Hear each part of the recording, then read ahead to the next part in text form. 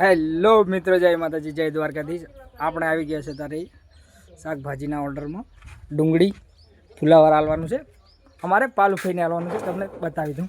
પાલુભાઈ શું શું લેવાનું છે આપણે? ડુંગળી, બીજું ડુંગળી ને બીજું શું શું લેવાનું છે? વટાણા, હા, દૂધી, ફુલાવર. હા, બરાબર. દાદી, બીજું કાંઈ લેવાનું છે? લેવાનું જો હા, એક આપણે ધાણા, હા, મેથી અને વટાણા બરાબર.